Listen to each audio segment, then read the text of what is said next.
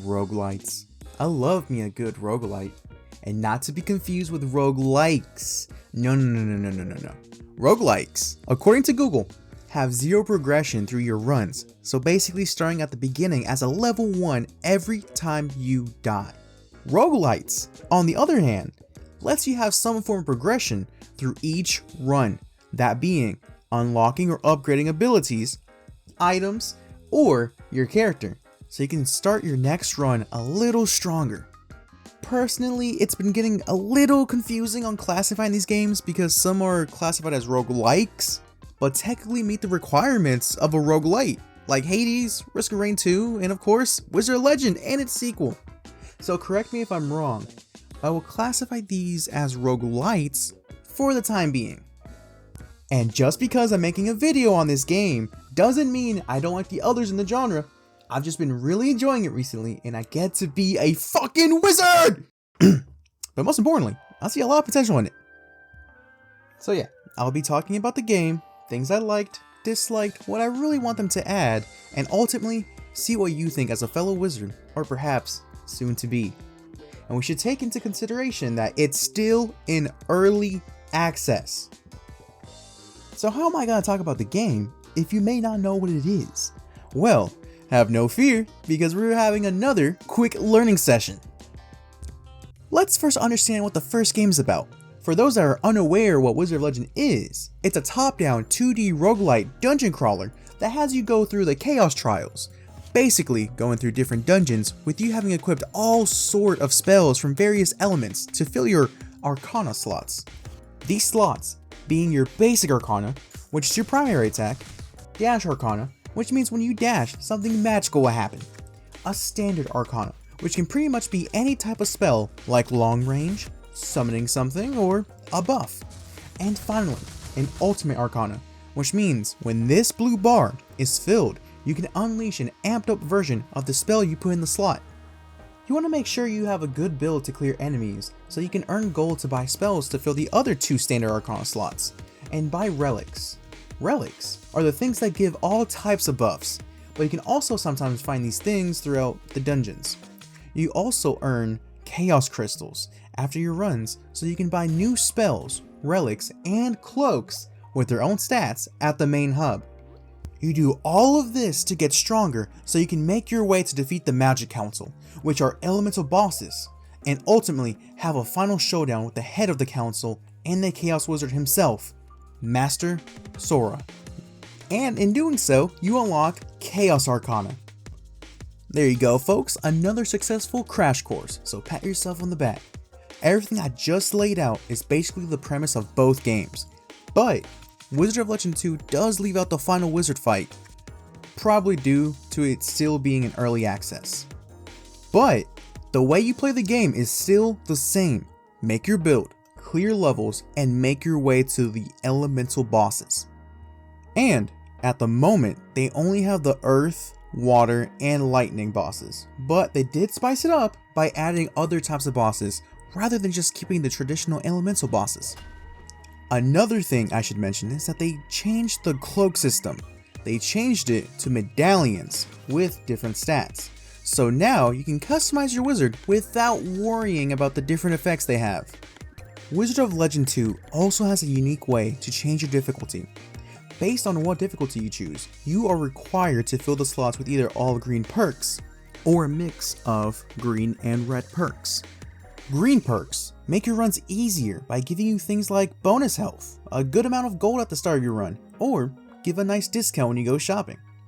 Red perks, if you can believe it, make the game harder, like making all enemies more frantic and increase their damage, or making any trap or hazard deal more damage. To be frank with you, this one is honestly not that bad. Remember when I mentioned buying spells and relics? Well, they added another thing you can buy. They added this sweet old lady so you'll be able to upgrade the stats of those nasty spells. But Panda, is there any other way I can upgrade my spells? I'm glad you asked, my apprentice. Another form of upgrading your spells is by finding these blue crystals in your runs, or by defeating the elemental bosses. Not only do they let you upgrade your spells, but they also let you pick a variant of your spell. This variant makes the spell work in a different way, so it can either be better or worse for you. This is completely personal preference. There is another thing that changed in Wizard Legend 2. So the primary way to avoid getting hit is to follow Mr. Pickle's advice but you can still get unlucky and get hit mid in the first game. Well, now, if you time it right, you can actually become... And the final thing they added, which is the biggest of them all, is online co-op. Yes, online co-op. I remember when I was just a wee little lad playing Wizard Legend 1 and only seeing couch co-op being the only option. Anyways, here's what your boy likes. I love both games, and there's a big change of style as you can see, mostly due to different developers for the games, but need not worry, as the original developer helped the new developer a bit with Wizard Legend 2. So as a frequent player, I can say with full confidence that both games pretty much feel the same. I just know that some of the community like the original style, and I do too. But I also like the style they went with, and I think it makes the spells look a bit more vibrant. Let me know your thoughts on it. Now, there is something I really like, and I think there's no possible way anyone can dislike this. That something being the online co-op. It's pretty obvious how happy I am about it, based on how I talked about it previously.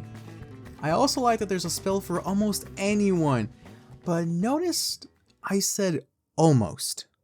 Here's where I'll get the tiniest bit critical. There's a lack of spells for purchase, and it doesn't take that long to not only unlock all the spells, but also the relics, which I dislike only a tiny bit, because you can purchase spells and relics in your runs that you aren't able to purchase in the hub.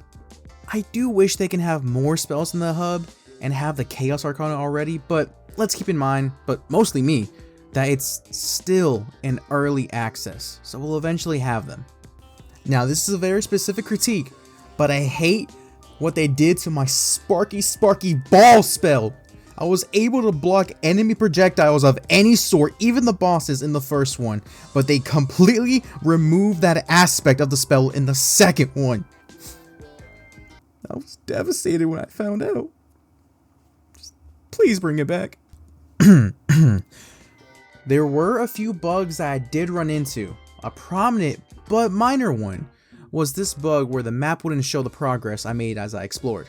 Another bug that I encountered was one where it wouldn't let my friend sprint until we moved to another level. And another bug that my friend experienced while we were playing was one where he couldn't interact with the merchants and anything interactable when we were doing our runs.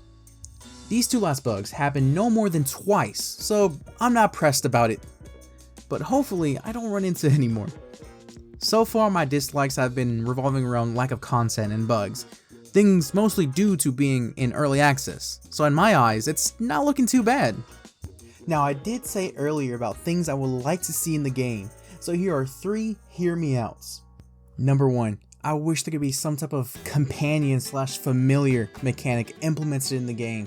Who wouldn't love to have some type of baby dragon or a mythical creature accompany you during your runs? And while there is something similar in the game, as you can see with this undead doggy, which you can only get from a cursed relic, I just wish there were more options that we can choose from and more options on how we can acquire them. Number 2, let there be an endless mode. Maybe I accidentally created a broken build and become unstoppable and want to test my luck on endless waves of enemies. And number 3, this adds to number 2, but in the endless mode, let me fight 2 bosses at the same time. I feel like this could create chaos in a fun way. But I am curious on what y'all would add. And most importantly, let me know what y'all think about the game so far. Because the last thing I gotta say is there's definitely potential here, and lots of it. Especially if it can improve upon the first game. It was the perfect wizard game for me. So much so, I got all the achievements for it. Granted, it wasn't hard, but it was definitely so much fun. With that being said, thank you for stopping by, and I'll see you when I see you.